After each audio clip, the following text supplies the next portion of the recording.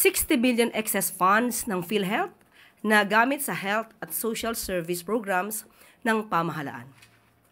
Binigyan diin ngayon ng Department of Health na karamihan sa 60 billion pesos excess fund ng PhilHealth ay napakinabangan ng taong bayan, salungat sa sinasabi ng iilan. Nagamit ang pondo sa health at social services ng pamahalaan, kagaya na lamang ng Health Emergency Allowance o HEA.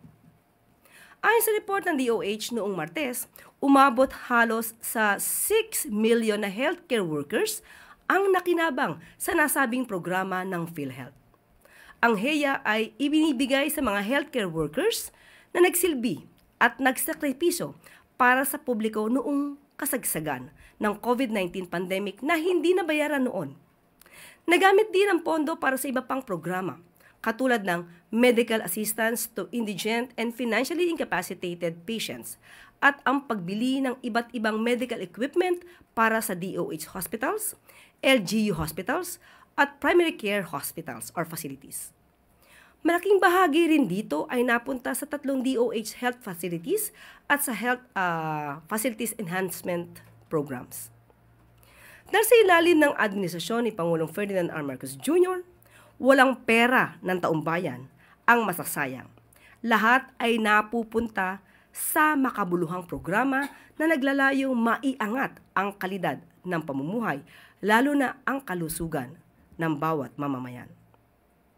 At sa usapin naman ng kalusugan, muli, zero balance billing, higit 1 milyong pasyente na ang natulungan sa loob ng 4 na buwan. Bilang bahagi ng kampanya ni Pangulong Ferdinand R. Marcos Jr. na palakasin pa ang healthcare sa bansa. Umabot na sa higit 1,078,000 patients ang natulungan ng zero balance billing program ng Department of Health, matapos lamang ng 4 na buwan.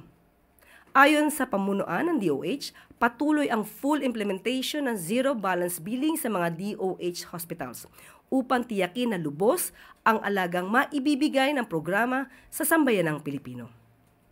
Makakaasa ang mga kababayan natin na mananatiling abot kamay ang maayos na kalidad na serbisyo ng mga pampublikong hospital at libre ang pagpapagamot para sa mga lubos na nangangailangan na mga kababayan natin.